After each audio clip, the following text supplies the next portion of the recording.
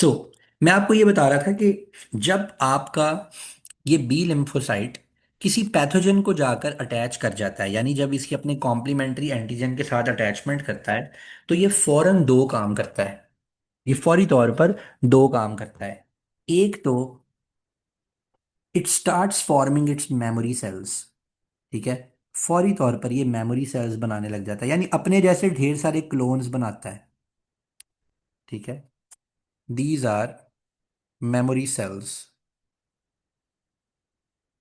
और by the way, ये पूरे का पूरा प्रोसेस कहलाता है क्लोनल सिलेक्शन। ये प्रोसेस कहलाता है क्लोनल सिलेक्शन। जी जी जी। Antigen binding protein is a receptor. ठीक है। तो लेकिन बाद में ये रिसेप्टर नहीं रहती। जब ये एंटीजन बाइंडिंग प्रोटीन डिटैच होती है तो फिर it becomes an active working protein. यहां तक ये रिसेप्टर है, बिकॉज ये रिसेप्टर इसको रिसीव करता है और क्लोनल सिलेक्शन कर देता है। यहाँ इसके मोनोक्लोन्स बनने लगते हैं, यानी इसके जैसे ढेर सारे मेमोरी सेल्स बनते हैं। और दूसरे नंबर पर ये प्लाज्मा सेल्स बनाने लगता है। These plasma cells are just like guns. These plasma cells are just like guns and they start forming bullets. ठीक है। These cells they work like guns.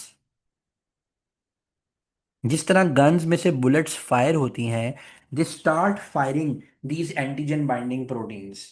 Now these antigen binding proteins they are detached and released. They are detached and released. जिस तरह बंदूकों से गोलियां निकलती हैं बेटे, इसी तरह प्लाज्मा सेल्स में से एंटीबॉडीज निकलने लगती हैं। और ये जो एंटीबॉडीज हैं, मैं आपको इनकी डेफिनेशन बता दूं कि ये इतनी ज्यादा तादाद में होती हैं, they are in such a great number. हम कहते हैं if antigen binding proteins are not attached to any cells, they are called antibodies and they are called also called immunoglobins. ठीक है। And these antibodies actually are specific for specific antigens. They are specific for specific antigens. अब जो हमारे पास ये memory sales बन रहे हैं, ये मेमोरी सेल्स आपकी बॉडी में सेफ रहते हैं फॉर सेकेंडरी। पहली बार जब आपकी बॉडी में ये एंटीबॉडीज बनती हैं तो हम इसको बोलते हैं प्राइमरी रिस्पॉन्स। उस वक्त तो एंटीबॉडीज की तादाद कम होती है, बिकॉज बॉडी एंटिसिपेट नहीं कर रही होती कि कोई ऐसा पैथोजन आएगा। लेकिन अगर इस एंटीजन का सेकंड एक्सपोजर हो जाए,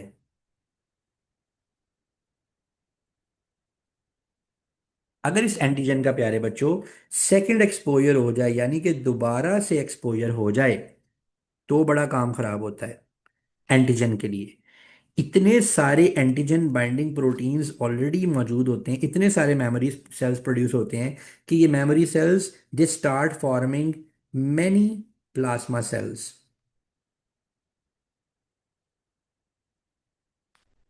ये इतने ज्यादा प्लाज्मा सेल्स बनाने शुरू कर देते हैं कि इतनी ज़्यादा एंटीबॉडीज़ बनती हैं कि ये पैथोजन हमें कभी बीमार नहीं कर सकता। हमारी बॉडी में आता ज़रूर है, लेकिन आप समझ लें कि it is well addressed by our antibodies, और हम बीमार ही नहीं होते हमें। और हम लाइफ टाइम इम्यूनिटी मिल जाती है हमें। ठीक है। Once the memory cells are formed, they give us lifetime immunity for that pathogen. So memory cells can give us lifetime immunity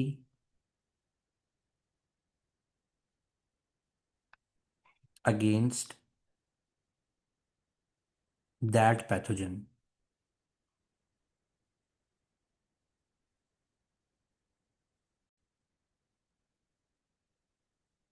Sorry, I think it was disconnected. Can you please help me and tell me कि मैं last बात क्या कर रहा था when this got disconnected?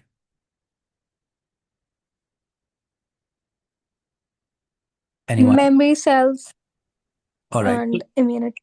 So I was telling you that once these memory cells are formed, बेटे they give you life time immunity against that pathogen, वो pathogen जिसके खिलाफ एक बार आपकी बॉडी में मेमोरी सेल्स बन चुके हैं, बी लिम्फोसाइट्स के, वो कभी भी आपको जिंदगी में दोबारा बीमार नहीं कर सकेगा। बिकॉज जब भी वो आपकी बॉडी में एंटर होने की कोशिश करेगा, जब भी वो आपकी बॉडी में एंटर होने की कोशिश करेगा बेटे, तो सामने इतनी सारी एंटीबॉडीज बनी होंगी, सामने इतनी सारी एंटीबॉडीज बनी होंगी कि वो हमें बीमार कर ही नहीं सकेगा, वो हमें बीमार कर ही नहीं सकेगा। अब इस चीज को अगर हम ग्राफ पे देखें, इस चीज को अगर हम ग्राफ पे देखें, तो हम कुछ यूं देखेंगे इस ग्राफ में। What about viral disease? जी please wait Hasan, I am going to talk about it.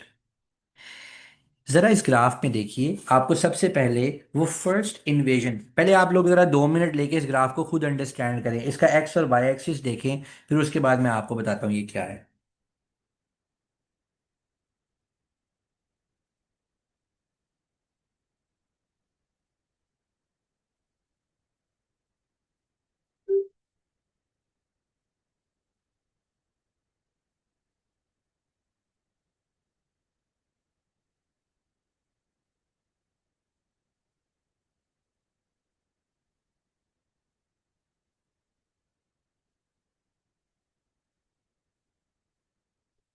अच्छा, अब आप देखिए कि यहां पर वो हमें क्या क्या बता रहा है। वो कह रहा है कि सबसे पहले कि हमारे पास जो फर्स्ट इन्वेजन ऑफ पैथोजन आ रही है, ठीक है, फर्स्ट इन्वेजन ऑफ पैथोजन जब हमारे पास ये डे 0 के ऊपर आई है, आप देखिए कि डे 12 के ऊपर क्या रिस्पॉन्स आया है इसके ऊपर हमारे पास, ये ऑलमोस्ट 1 लॉग स्केल के ऊपर 1 यूनिट एंटीबॉडीज बनी है। मगर अगर एक मर्तबा, if our body has produced memory cells, once since now we have memory cells, इसका ये इम्पैक्ट होगा, once if we have memory sales,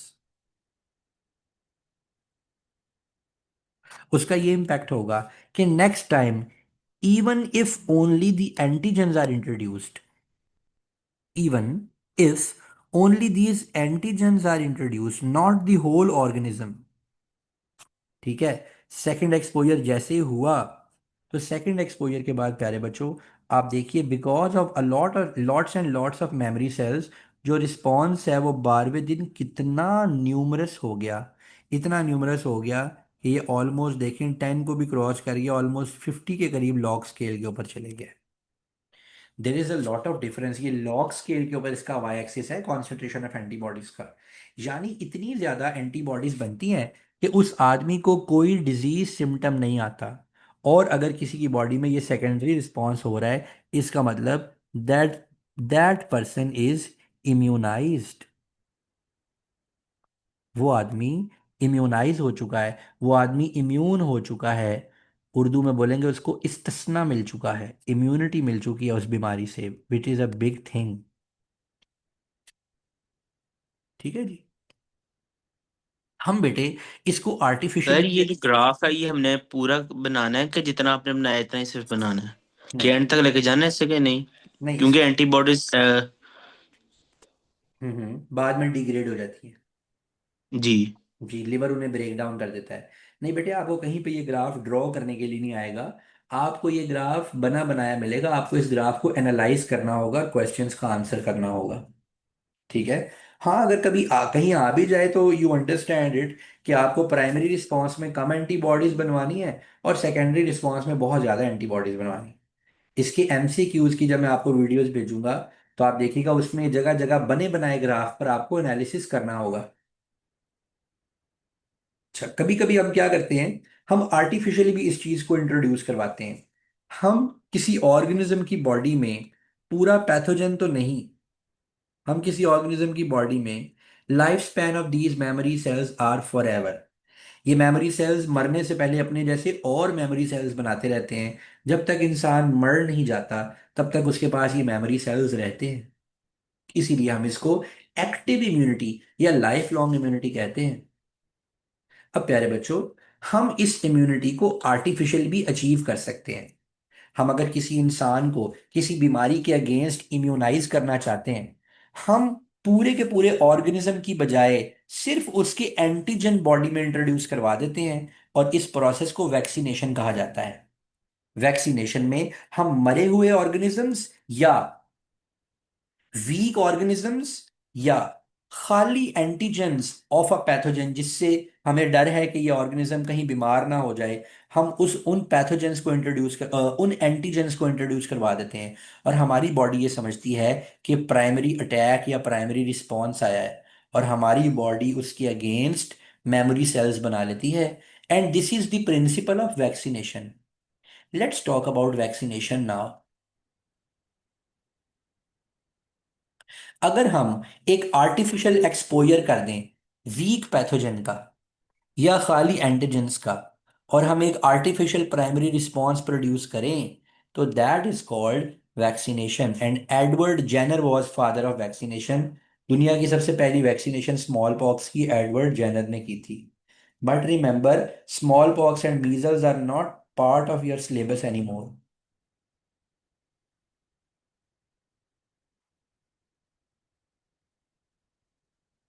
now. We need to understand कि एंटीबॉडी होती क्या है।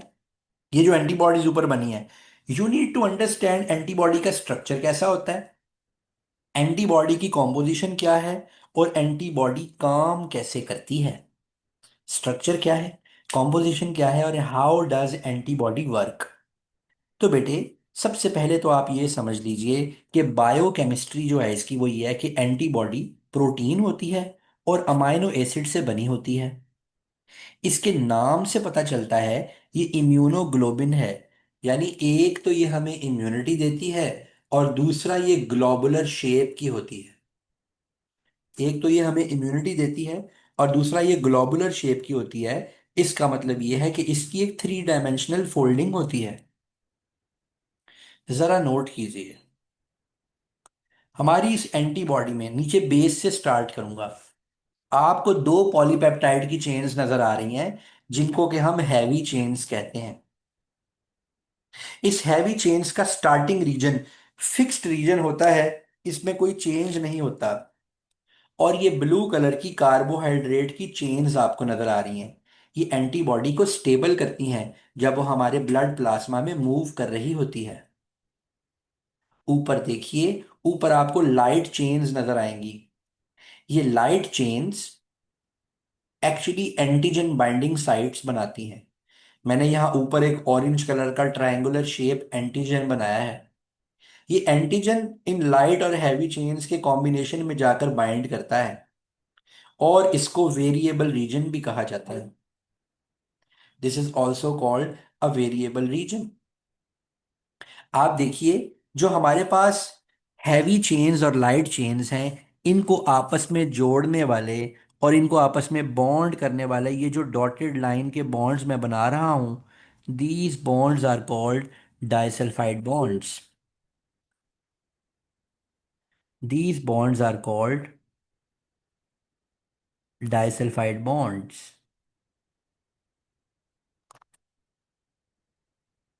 And these disulfide bonds, they keep these polypeptide chains together.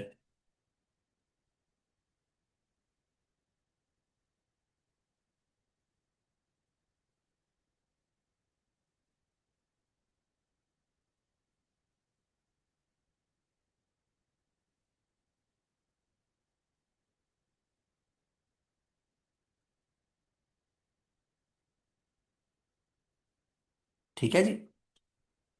सो ये light chains और heavy chains को डाइसल्फाइड बॉन्ड्स जो होते हैं बेटे, डाइसल्फाइड बॉन्ड्स जो होते हैं, दे bond them. And these disulfide bonds are very important because they work well in high temperature. They are not easily degraded. They are not easily degraded. और चूंकि ये इजीली डिग्रेड नहीं होते हैं, तो इसीलिए एंटीबॉडीज में होते हैं, क्योंकि बुखार की फॉर्म में ये एंटीबॉडीज ही होती हैं जो कि हमें तगड़ा कर रही होती हैं और हमें ठीक कर रही होती हैं। सो अब आपको ये जानना होगा कि ये एंटीबॉडीज या ये एंटीबॉडियां काम कैसे करती हैं। सो this is a antigen antibody complex, and this is a diagram from your book.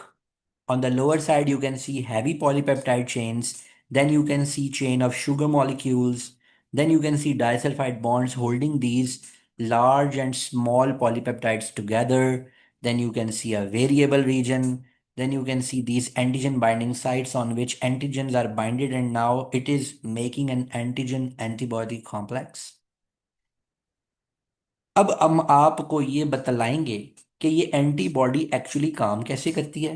फिर हम आपको टी लिम्फोसाइट का काम बताएंगे।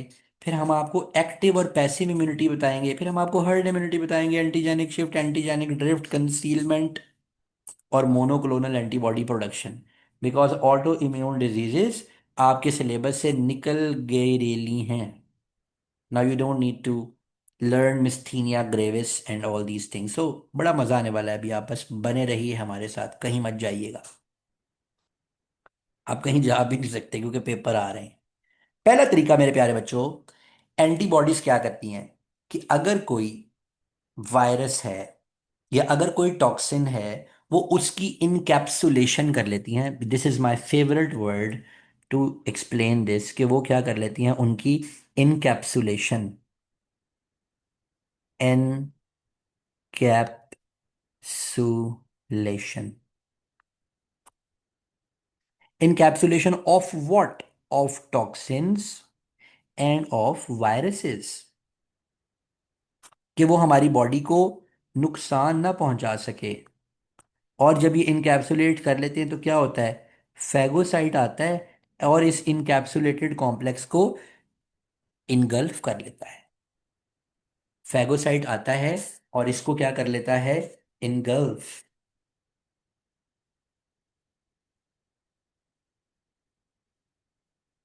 अगली बात, अगली चीज,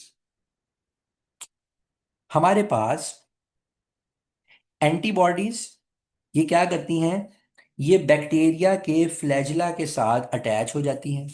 दे attach to flagella of bacteria, making them less and easier for phago, less active and easier for phagocyte.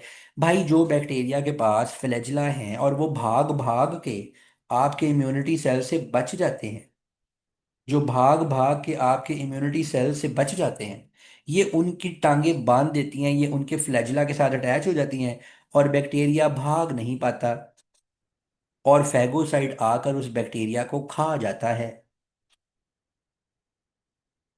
Phagocyte उस बैक्टीरिया को खा जाता है। अगला,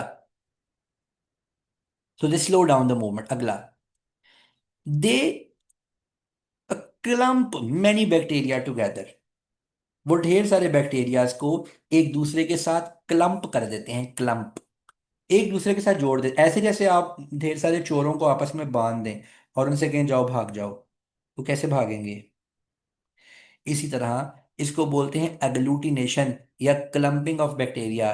antibodies can do that well unless और until the phagocyte come and engulfs them. आपने note कर रहे होंगे कि अल्टीमेटली फैगोसाइट ने आके इनको खाना है, तो they work in harmony and association with each other.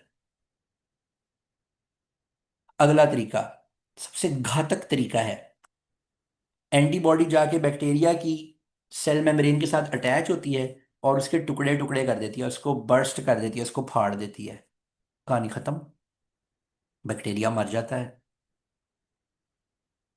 उससे अगला तरीका, कुछ ऐसे बैक्टीरिया होते हैं या कुछ ऐसे पैथोजन होते हैं, हमारे फैगोसाइट उसको इनगल्फ करने के लिए ग्रिप नहीं कर पाता, हमारा फैगोसाइट उसको खाने के लिए होल्ड नहीं कर पाता, उसको ग्रिप नहीं कर पाता। और जब ये इसको होल्ड या ग्रिप नहीं कर पाता तो काम खराब है। Yes, third one is called agglutination, आयजा मेरी बेटी। तो ये क्या करता है, अभी ये जो एंटीबॉडीज हैं, ये एंटीबॉडीज बैक्टीरिया के साथ जाकर अटैच हो जाती हैं और जब ये बैक्टीरिया के साथ अटैच होती हैं तो फैगोसाइट इन एंटीबॉडीज को पकड़ के बैक्टीरिया को खा जाता है। और लास्ट तरीका, वैसे मैं ये पढ़ाता तो बड़े शौक से हूँ, लेकिन मैंने इसके ऊपर बड़े कम क्वेश्चंस देखे हैं कि मैकेनिज्म ऑफ एंटीबॉडी, बहुत लेस क्वेश्चन आते हैं, लेकिन वो क्वेश्चन जो आता है वो बच्चों को उड़ा के रख देते हैं क्योंकि उन्होंने इसको इग्नोर किया होता है। सिक्स तरीका, छठा तरीका, they break down the toxin. पहला तरीका क्या था? Encapsulation of toxin and waiting for phagocyte to come. पहला तरीका क्या था?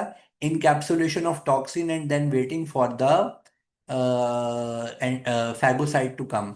और ये वाला तरीका क्या है? What they do is they break down the toxin, they detoxify and they leave it.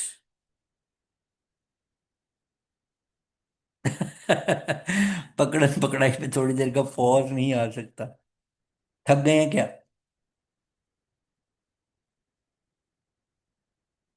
We can talk about something if you are tired. You can tell me something interesting. Sir एक question है। Yes, why not? Sir ये antibodies decide कैसे करती हैं कि इन 6 steps में से कौन सा स्टेप उन्होंने लेना है? It is all chemical game. It is all chemical game. ये एंटीबॉडीज क्या हैं? These are immunoglobins, they are proteins, they are amino acids. And what do amino acids have? They have R groups, and these R groups are different from each other. Now, what they do is they are doing some chemical romance, they are doing chemical bondings.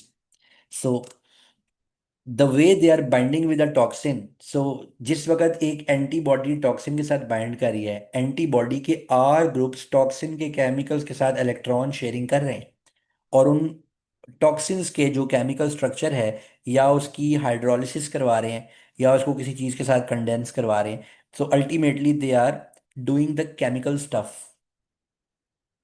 So they don't have that sensory bodies to decide using their brains to कि उनको क्या करना है यहाँ पर।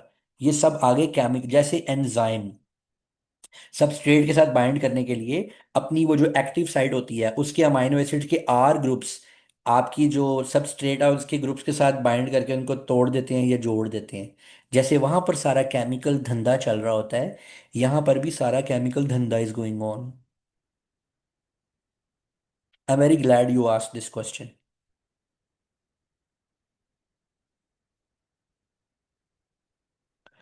Okay. Any other thing? Any other question?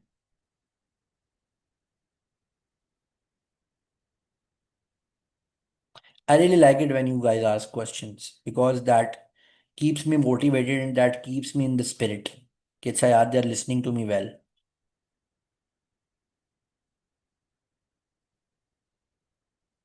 So let me render sir this आपका chat. पढ़ाने का स्टाइल ही ऐसा है कि दिल करता है सुनी जाओ आपको। Thank you. Thank you very much.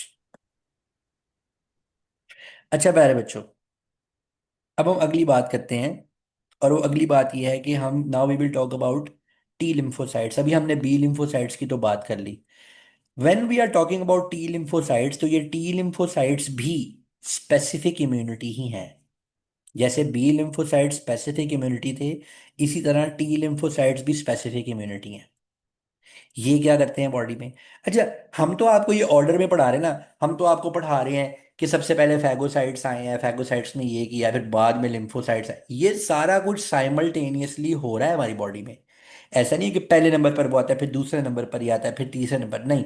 जब इम्यून रिस्पॉन्स एक्टिवेट हो गया, जब इम्यून रिस्पॉन्स एक्टिवेट हो गया, ये सारे काम एट द सेम टाइम हो रहे हैं बॉडी में। हमने आपको ये ऑर्डर में पढ़ाना है।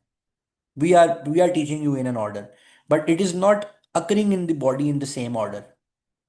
अच्छा, अगली बात, let's talk about T lymphocytes. I try कि इन्हीं 40 मिनटों में हम इसको खत्म करें। टी लिम्फोसाइट्स में बेटे दो तरह के सेल्स होते हैं।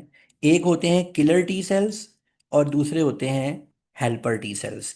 किलर का काम है किल करना और हेल्पर का काम है हेल्प करना। अब गेम कहाँ से शुरू होती है? गेम यहाँ से शुरू होती है कि हमारे ये जो किलर टी सेल्स हैं, ये बनते कैसे हैं? ठीक है, जब हमारी बॉडी का कोई सेल इन्फेक्ट हो जाता है, और इस तरीके से इन्फेक्ट होता है कि वो हमारे किसी हमारा सेल जो है उसके अंदर पैथोजन एंटर हो जाए, उसके अंदर पैथोजन एंटर हो जाए। जब ये पैथोजन हमारे बॉडी के सेल में एंटर होता है, तो जब ये मेम्ब्रेन मर्जिंग हो रही होती है या मेम्ब्रेन मेम्ब्रेन के साथ मिल रही होती है, तो वो बहुत सारे जो एंटीजेंस हैं उनको हमारी बॉडी के सेल के ऊपर छोड़ जाता है। वैसे तो जब वो हमारे बॉडी सेल के अंदर जा रहा है तो वो अपने आप को छुपा रहा है, and that is called antigenic concealment. वैसे तो वो अपने आप को छुपा रहा है, that is called antigenic concealment. लेकिन हमारे सेल में घुसते घुसते वो कुछ फॉरेन एंटीजेंस हमारे सेल पे छोड़ जाता है, विच आर नॉन सेल्फ। हमारे बॉडी सेल्स, हमारे ये जो टी लिम्फोसाइट्स हैं, जब ये देखते हैं कि यार सेल तो हमारा अपना है मगर इसके ऊपर एंटीजन फॉरेन कैसे लगे हुए हैं, तो वो समझ जाते हैं कि ये सेल अब हमारा अपना नहीं रहा, ये इन्फेक्ट हो चुका है। और उसके साथ अटैच होके जो किलर टी सेल्स हैं वो क्या करते हैं, किलर टी सेल्स हमारे उस सेल के साथ अटैच होके उसमें बड़े ही डेंजरस किस्म के वैक्यूल्स एंटर कर देते हैं और हमारे उस पूरे सेल को किल कर देते हैं। ये देखिए लिखा हुआ है, vacuoles in the killer T cells containing toxins, they punch hole in the cell surface membrane of infected body cells, और वहां से वो उस सेल को किल कर देते हैं। ठीक है जी, वहां से वो इस सेल को किल कर देते हैं। और जो हमारे हेल्पर टी सेल्स हैं, हमारे हेल्पर टी सेल्स उस सेल के साथ अटैच होकर एक केमिकल सिग्नल प्रोड्यूस करते हैं विच इज कॉल्ड साइटोकाइन। हमने पहले आपको जो एक केमिकल सिग्नल पढ़ाया था उसका नाम था histamine. Histamine is produced by our body cells, और यहां हम बता रहे हैं cytokines. Cytokines are produced by helper T cells. cytokines are produced by helper T cells, and these helper T cells वो इनवाइट करते हैं बीटा सेल्स को कि आओ प्लाज्मा सेल्स बनाओ, ताकि वो एंटीबॉडीज बनाएं जो कि पैथोजेंस को मार सकें। Let me you know repeat that again in very simple words. हमारा हेल्पर टी सेल हमारा हेल्पर टी सेल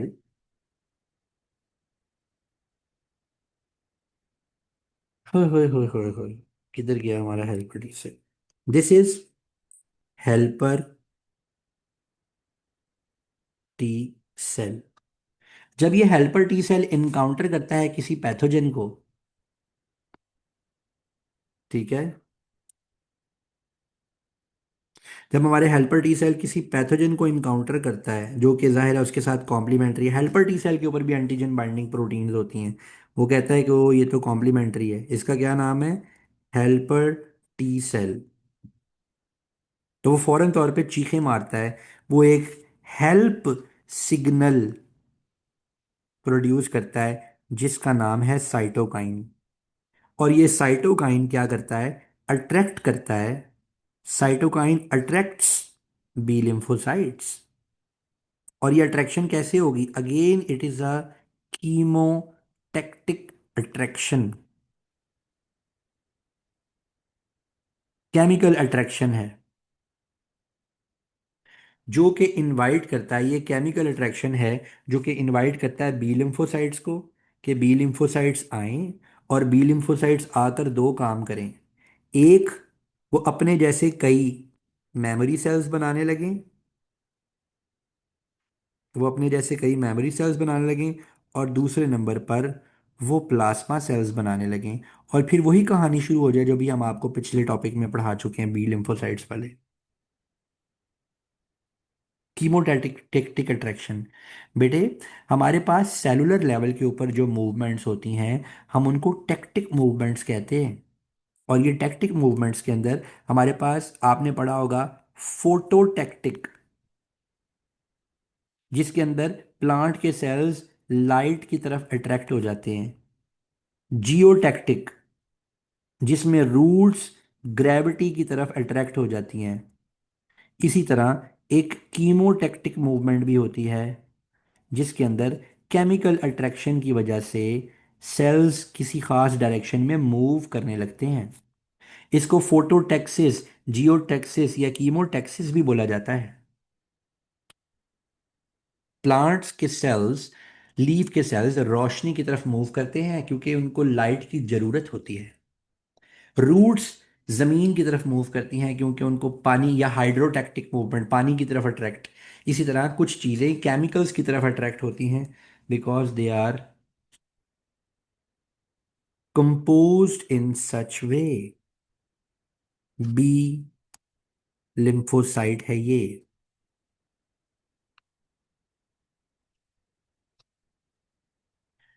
ओके जी। अब बेटे आपको सुख का सांस आएगा बिकॉज अब ये गेम खत्म होने लगी है। हमारे पास बेटे दो तरह की इम्यूनिटी है। एक कहलाती है एक्टिव इम्यूनिटी और एक कहलाती है पैसिव इम्यूनिटी। अगर कोई आदमी, अगर कोई इंसान सचमुच बीमार हो जाए। अच्छा, एक्टिव इम्यूनिटी होती क्या है? एक्टिव इम्यूनिटी में एक तो आपको सारी जिंदगी के लिए इम्यूनिटी मिल जाती है। आपकी बॉडी में मेमोरी सेल्स बन जाते हैं और एंटीबॉडीज बनने लगती हैं। अगर कोई आदमी सचमुच बीमार हो जाए, if you are infected, it is called active and natural immunity. But if you are vaccinated, you are artificially producing memory cells, then it is active immunity but artificial.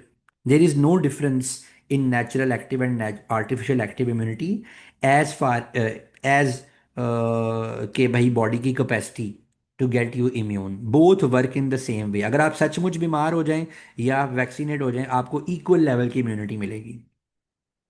और पैसिव इम्यूनिटी क्या होती है?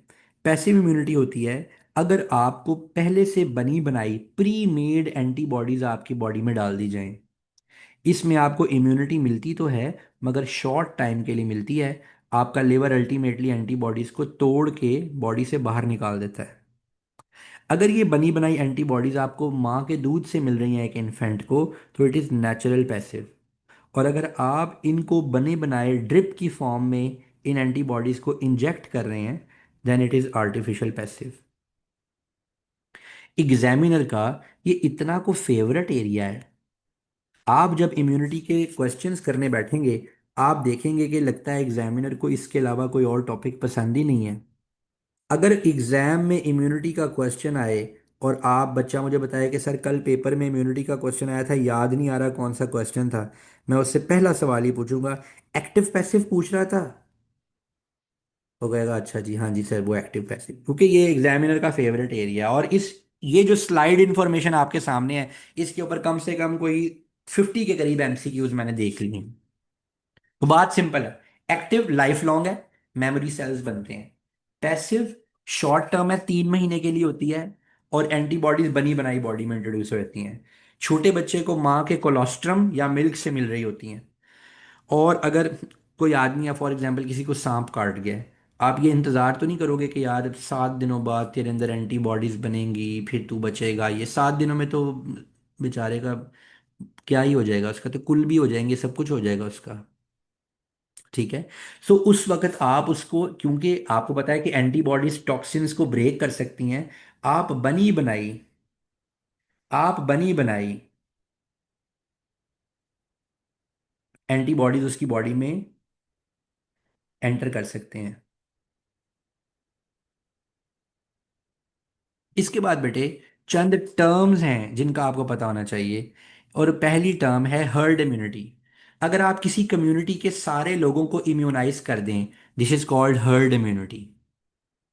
पाकिस्तान का हर बच्चा, हमारी class में इस वक्त हम 16 लोग बैठे हैं एंड आई एम श्योर हम 16 के 16 पोलियो से वैक्सीनेटेड हैं। ठीक है जी। So this is herd immunity. जब आप फैसला कर लेते हैं कि पूरी पॉपुलेशन को इम्यूनाइज करना है, that is called herd immunity.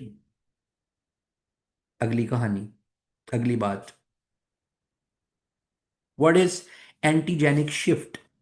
कभी कभी पैथोजेंस अपने एंटीजेंस को बिल्कुल चेंज कर लेते हैं और दोबारा से नए हो के हमारे ऊपर अटैक कर देते हैं। हम अगर इम्यूनाइज या वैक्सीनेटेड हों भी, हम फिर भी बीमार पड़ जाते हैं क्योंकि वो अपने एंटीजेंस को चेंज कर चुके हैं, एंटीजेनिक शिफ्ट कर चुके हैं। अगला, एंटीजेनिक ड्रिफ्ट। अगर पैथोजन अपने अंदर स्लाइड चेंजेस ले आए, छोटे छोटे चेंजेस ले आए, that is called antigenic drift. इस सूरत में आप इम्यून तो होते हैं, आपकी बॉडी ओवरकम तो कर लेती है, मगर थोड़ा डिले, थोड़ा टाइम लेती है।